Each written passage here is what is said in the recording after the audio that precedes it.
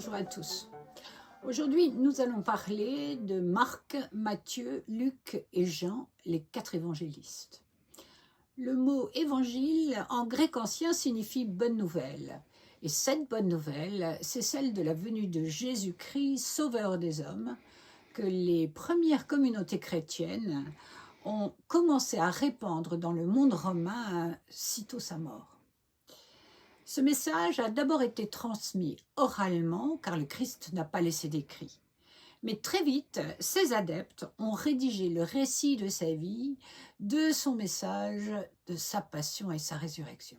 Avec saint Irénée, évêque de Lyon, vers l'an 180, on va officialiser ces 4 évangiles. On les appelle les évangiles canoniques, ce qui signifie conforme à la règle de l'Église. Les textes non retenus, par opposition, sont appelés les évangiles apocryphes. Un critère important dans ce choix, c'est la rédaction de ces textes par un disciple de Jésus ou par quelqu'un qui a été très proche de lui. Alors, qui sont nos 4 évangélistes? Matthieu et Jean sont membres du groupe des 12 apôtres. Luc n'est pas un apôtre de ce groupe. C'est un médecin de culture grecque qui a fréquenté de très près Paul de Tarse, notre Saint Paul. Marc, par contre, a approché le groupe et est compagnon de Saint Pierre, deviendra son scribe, car Pierre, simple pécheur, ne sait probablement pas lire. D'après les historiens, Marc a écrit le plus ancien des 4 évangiles, vers l'an 65, donc une trentaine d'années seulement après la mort du Christ. Il y a comme un sentiment d'urgence dans l'évangile de Marc. Il a probablement été témoin des toutes premières persécutions contre les chrétiens, dont le martyre de Saint-Pierre, et il a recueilli son témoignage de façon factuelle, synthétique, sans fioriture. C'est le plus court des 4 évangiles. Il n'y aborde pas certains aspects de la vie de Jésus, dont sa naissance, son enfance par exemple. Matthieu et Luc vont rédiger leurs évangiles aux alentours des années 80, une dizaine d'années après Marc. Ils vont largement s'inspirer de son texte tout en l'enrichissant. Matthieu est un collecteur d'impôts. Il abandonne tout pour suivre Jésus à sa demande.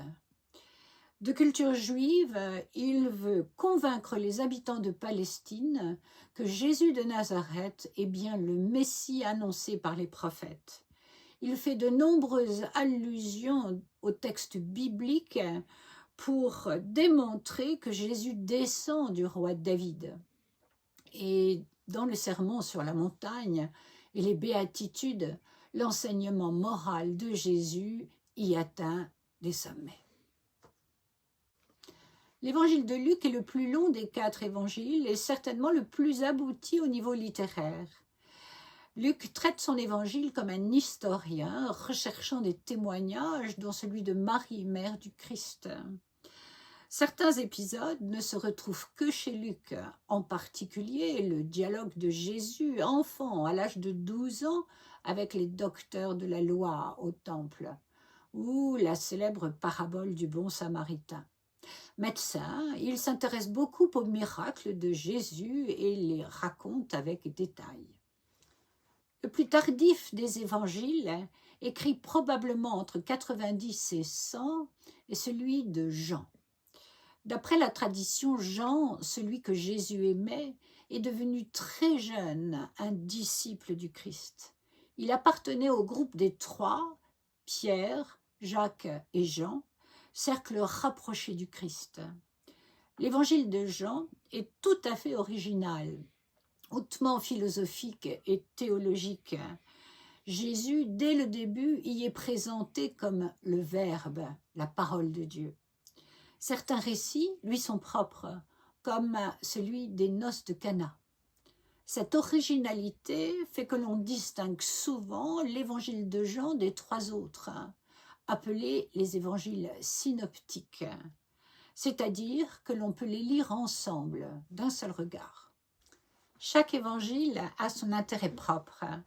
Ce sont 4 regards différents 4 éclairages de biographes qui ont perçu l'histoire et le message de Jésus, chacun à sa manière, mais de façon parfaitement cohérente. L'iconographie représente souvent les 4 évangélistes à travers le tétramorphe, les 4 formes, et chaque forme est une allusion au début de l'évangile de chacun. Marc est associé au lion.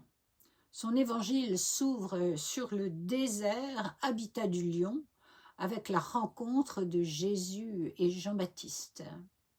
Matthieu, c'est l'homme ou l'ange, car il ouvre son texte avec la généalogie de Jésus. Luc, c'est le taureau, animal du sacrifice. Son texte met en scène, au tout début, Zacharie, prêtre au temple. Jean, enfin, est associé à l'aigle, l'oiseau au regard perçant. Le prologue de l'évangile de Jean évoque en effet la lumière de Dieu, lumière des hommes. Très vite, ces évangiles ont permis de forger la foi des toutes premières communautés chrétiennes. Nous possédons encore un exemplaire en papyrus quasi complet de l'évangile de Jean, daté de 200 environ après Jésus-Christ. Aujourd'hui, on peut entendre les évangiles à la messe, à tour de rôle, sur un cycle de 3 ans. Les évangiles synoptiques sont lus le plus souvent, le texte de Saint Jean étant utilisé de façon plus ponctuelle. La bonne nouvelle racontée dans les 4 évangiles doit être lue, écoutée, mais surtout vécue au quotidien, tant est fort le message d'amour qui en ressort. Et c'est pour ça que tu vas au caté. À bientôt.